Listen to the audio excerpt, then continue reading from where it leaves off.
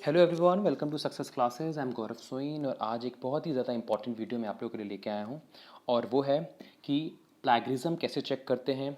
जो grammar mistakes हो जाती हैं अक्सर रिसर्च प्रपोजल या रिसर्च पेपर या रिव्यू पेपर लेते वक्त, उसको कैसे करेक्ट करना है और पैराफ्रेजिंग कैसे करते हैं। सबसे पहले समझ लेते हैं प्लैगरिज्म होता क्या है। प्लैगरिज्म होता है कि जब आप किसी और ऑथर का जो है कंटेंट या जो आपने रिसर्च पेपर से या रिसर्च प्रपोजल से कुछ कंटेंट लिया हुआ है और आप अपने रिसर्च प्रपोजल या रिसर्च पेपर में यूज़ करते हो और ये डिपिक्ट करते हो कि ये आपका खुद का है, तो वहाँ आ जाता है प्लैगरिज्म। ठीक है, तो प्लैगरिज्म को हमको पूरी तरीके से अवॉइड करना चाहिए बिकॉज ये होता है रिसर्च एथिक्स के अगेंस्ट, है ना। अब यहाँ पे एक प्रॉब्लम आती है या एक क्वेश्चन उठता है कि सर प्लैगरिज्म कितना परसेंटेज एक्सेप्टेबल होता है। तो स्टैंडर्ड अगर मैं आपको परसेंटेज बताऊँ तो स्टैंडर्ड परसेंटेज ये है कि plagiarism should be less than 15%। वैसे तो प्लैगरिज्म कम से कम हो तो उतना बेटर है, पर 15% से प्लैगरिज्म जो है वो कम होना चाहिए। ठीक है, अब नेक्स्ट आ जाते हैं अपन ग्रामर। ग्रामर जनरली क्या होता है कि हम जब रिसर्च प्रपोजल लिख रहे होते हैं तो अक्सर स्पेलिंग मिस्टेक्स या ग्रामर मिस्टेक्स अपने साथ होती रहती हैं। तो मैं आपको एक प्लेटफॉर्म बताऊंगा, फ्री प्लेटफॉर्म बताऊंगा, प्लैगरिज्म का भी, ग्रामर का भी और पैराफ्रेजिंग का भी, जिसमें आप इसको यूज़ करके आप ये पता लगा सकते हो कि कितने परसेंटेज प्लैगरिज्म है, ग्रामर और स्पेलिंग मिस्टेक्स कितनी है और पैराफ्रेजिंग क्या होता है। यहाँ पे पैराफ्रेजिंग के बारे में समझ लेते हैं। पैराफ्रेजिंग जनरली क्या होता है कि हमने कम्युनिकेशन स्किल्स में पेपर वन में ये पढ़ा हुआ है कि जो एक एनकोडर होता है वो एनकोड करता है मैसेज, उसके बाद जो मैसेज होता है वो डिकोडर के पास वो भेजता है। तो जनरली क्या होता है कि हम कुछ ना कुछ सेंटेंस जो है वो फ्रेम करते हैं अपने तरीके से और हमें ये लगता है कि ये जो सेंटेंस हमने फ्रेम किया है ये सही चीज़ बता रहा है। पर जनरली क्या होता है कि जब वो डिकोडर के पास जाता है तो डिकोडर उसको जब पढ़ता है तो वो मीनिंग नहीं निकाल पाता जो मीनिंग आपने सोचा था उसको लिखते वक्त। ठीक है, तो यहाँ पे जनरली क्या है कि जो है वो बैरियर्स आ जाते हैं कम्युनिकेशन में। ठीक है, तो ये पैराफ्रेजिंग है, ये भी बहुत अच्छा फ्री प्लेटफॉर्म है जिसमें आप अपना रिसर्च प्रपोजल लिख करके आप एक बेटर ऑल्टरनेटिव ढूंढ सकते हो कि इसके जो है अलावा मैं और क्या क्या सेंटेंसेज या और क्या क्या वर्ड्स में यूज़ कर सकता हूँ। ठीक है, तो इन सब के बारे में डिस्कस करेंगे। बिफोर दैट मैं चाहता हूँ कि आप हमारे यूट्यूब चैनल सक्सेस क्लासेस को सब्सक्राइब कर लीजिए, साथ ही साथ बेल आइकन को हिट करिए जिससे जो भी हम आपको इंपॉर्टेंट अपडेट देना चाहते हैं वो आपको तुरंत मिल जाए। हमारा टेलीग्राम चैनल भी है, उस टेलीग्राम चैनल को भी आप ज्वाइन कर सकते हैं। इनकेस अगर कोई क्वेरी आती है आपको तो आप हमसे पूछ सकते हैं उस टेलीग्राम चैनल के जरिए में। अब आ जाते हैं, ये एक मैंने कंक्लूजन किया है। आपको पता होगा कि मैंने एक रिसर्च प्रपोजल के ऊपर आपको स्टेप बाय स्टेप गाइडेंस दिया था, उसका भी मैंने लिंक डिस्क्रिप्शन बॉक्स में दिया है अगर किसी ने नहीं देखा तो। उसका ये कंक्लूजन है मेरे सामने। ठीक है, तो मैं क्या कर रहा हूँ, इस पूरे कंक्लूजन को यहाँ पे कॉपी किया हुआ है मैंने। अब इस कंक्लूजन को मैंने कॉपी करने के बाद मैं कोशिश कर रहा हूँ कि इसको मैं उस फ्री प्लेटफॉर्म में लेके जाऊँ और उस फ्री प्लेटफॉर्म की मदद से इसको मैं यहाँ कॉपी करके लेता हूँ। इस फ्री प्लेटफॉर्म की मदद से मैं आपको ये बताऊंगा कि इसमें कितना परसेंट प्लैगरिज्म है। इन केस कोई ग्रामर मिस्टेक्स है, वैसे तो मैंने इसको एज इट इज़ लिया है तो बहुत कम चांसेस है कि इसमें ग्रामर मिस्टेक्स होंगी, पर स्टिल अगर कोई होती है तो हम लोग फाइंड आउट कर लेंगे और पैराफ्रेजिंग के बारे में भी समझेंगे। तो चलिए चलते हैं डायरेक्ट हम डुप्ली चेकर की तरफ। ये डुप्ली चेकर है एक, वैसे तो बहुत सारे होते हैं, टर्टेन होता है, पेपर रेटर होता है, प्लैगरिज्मा होता है, ऐसे बहुत सारे होते हैं। पर डुप्ली चेकर में ये सारी चीज़ें अवेलेबल हैं, तीनों चीज़ें, इसलिए मैंने इसको यू नो प्रेफर किया है। तो मैं क्या कर रहा हूँ, आप जैसे ही मैं लिंक डिस्क्रिप्शन बॉक्स में आपको दे दिया है मैंने, आप यहाँ पे इसको पेस्ट कर लीजिए। और जैसे ही आपने पेस्ट किया है, मैं कम वर्ड्स का ले रहा हूँ।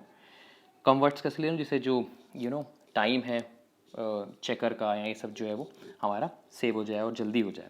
ठीक है, मेन तो आपको समझना है। हमने यहाँ पे पेस्ट कर लिया, आप चाहो तो यहाँ पे अपलोड भी कर सकते हो, आप चाहो तो कोई यूआरएल भी यहाँ पे लिंक कर सकते हो। अब यहाँ पे वर्ड आएगा चेक प्लैगरिज्म का। हमने चेक प्लैगरिज्म क्लिक किया, प्रोसेस होता रहेगा, यहाँ पे स्कैनिंग होगी। ये जल्दी हो गया है क्योंकि जो है ये ऑलरेडी एक जो ये सैम्पल है ये ऑलरेडी पब्लिश्ड है, तो इसमें जो है प्लैगरिज्म या मिस्टेक्स के चांसेस कम होते हैं। तो यहाँ पे ये रिपोर्ट आई है 0% प्लैगरिज्म है, 100% यूनिक है, 0% रिलेटेड मीनिंग है यहाँ पे। ठीक है, तो आप चाहो तो आपका ये पूरा दिया हुआ है, आप चाहो तो पीडीएफ जो है रिपोर्ट भी डाउनलोड कर सकते हो। तो पहला चीज़ अपन ने समझ लिया कि प्लैगरिज्म कैसे चेक करते हैं। कॉपी किया, आप अपलोड भी कर सकते हो, कोई यूआरएल है तो उसको भी लिंक कर सकते हो।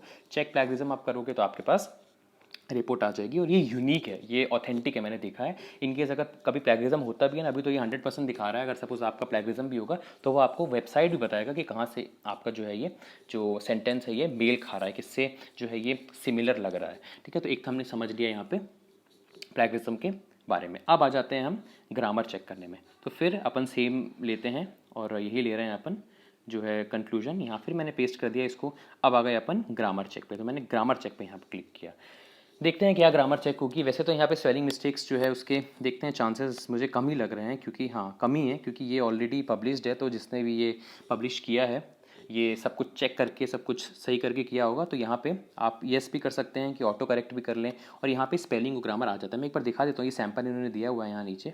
हाँ ऐसा आता है, जो पिंक कलर होता है इसमें स्पेलिंग मिस्टेक होती है, और ग्रामर मिस्टेक्स को आपको डिफरेंट कलर से शो करता है। तो ऐसे कुछ आता है, और इसमें अगर आप ऑटो करेक्ट कर देंगे तो वो करेक्ट भी कर देगा कि क्या करेक्ट स्पेलिंग या क्या करेक्ट ग्रामर होनी चाहिए। ठीक है, तो यहाँ हमने समझ लिया कि ग्रामर को कैसे चेक करते हैं। ठीक है, अब आ जाते हैं हम पैराफ्रेजिंग की तरफ। ये एक बहुत इंपॉर्टेंट इसीलिए है क्योंकि जो पैराफ्रेजिंग है, हाँ पैराफ्रेजिंग जो है ये एक तरीके से बहुत हेल्पफुल है। कई बार हमारे सेंटेंसेस हम फ्रेम नहीं कर पाते हैं, बहुत दिक्कत आती है। हमारे माइंड में तो बहुत कुछ है, हम अपने लैंग्वेज में लिख तो देते हैं, पर हमको ये समझ में नहीं आता कि कहीं ऐसी चीज़ तो नहीं है कि जब हम इसको अपलोड करें तो जो डिकोडर उसका एक अलग मीनिंग निकाले। तो यहाँ पे भी एक ऑप्शन है, आप जो भी आपका रिसर्च पेपर आपने बनाया है उसको आप यहाँ पे पेस्ट कर दो। आपने यहाँ पेस्ट किया, ठीक है, उसके बाद आएगा आपका rewrite article. Check plagiarism grammar check आप यहाँ से भी कर सकते हो। रीराइट आर्टिकल कुछ वर्ड्स चेंज करके जिससे प्लेगरिज्म कम से कम हो जाए ये शो करेगा। यहाँ कुछ आपका टाइम लेगा सजेस्टिंग में, वो टाइम इसीलिए अपन कंसीडर कर रहे हैं क्योंकि अभी टाइम इसलिए यहाँ कम ले रहा है क्योंकि ये जो वर्ड्स हैं ये सिर्फ 117 वर्ड्स हैं। यहाँ पे एक चीज़ है कि सिर्फ 1000 वर्ड्स ही आप यूज़ कर सकते हो। ठीक है, 1000 वर्ड्स हैं। अगर सपोज़ आपको बहुत सारा यूज़ करना है तो आप इसको स्टेप्स में भी कर सकते हो। पहले 1000 एक बार इसका डुप्ली चेकर में आप चेक कर लो उसका प्लेगरिज्म, ऐसे करते करते, क्योंकि यहाँ पे लिमिट है 1000 की, इसकी 2000 है प्लेगरिज्म की, और ग्रामर की 1000 वर्ड लिमिट है। अब देखिए उसने चेंज कर दिया, the project aims to produce, है ना, the project aims to supply ये unique insight into a interactive. आप इसको एक बार रीड जरूर कर लीजिएगा। ये जो ब्लू और ये पिंक कलर नज़र आ रहा है इसका मतलब ये है कि ये चेंजेस किए हैं इस सॉफ्टवेयर ने। ठीक है, जो ये आपको अलग अलग कलर नज़र आ रहा है ये चेंजेस उसने किए। आप एक बार रीड जरूर करिएगा, ठीक है, जिससे आपको पता चल जाए कि जो वर्ड यूज़ हुआ है रिप्लेसमेंट पे वो सही है या नहीं। अब आप नेक्स्ट का दबाओगे तो इसके बाद सब कुछ हट जाएगा, और अब आप चाहो तो आप इसको कॉपी कर सकते हो। आपने कॉपी कर लिया, कॉपी हो जाएगा आपके क्लिपबोर्ड में, और आप चाहो तो आप इसको यूज़ कर सकते हो। ठीक है, तो इससे क्या होगा, आपका प्लेगरिज्म जो है वो भी कम आ जाएगा, और साथ ही साथ आपको जब कोई वर्ड नहीं सजेस्ट होता आप उसको भी इस सॉफ्टवेयर को यूज़ करके आपको एक वर्ड भी मिल जाएगा। साथ ही साथ अगर कोई ग्रामर या स्पेलिंग मिस्टेक्स है तो वो भी आपको आराम से मिल जाएगी। तो ये अपडेट और ये वीडियो मैं आप लोगों के लिए लेके आना चाहता था बहुत टाइम से, तो ये वीडियो मैंने आपके लिए बनाई है।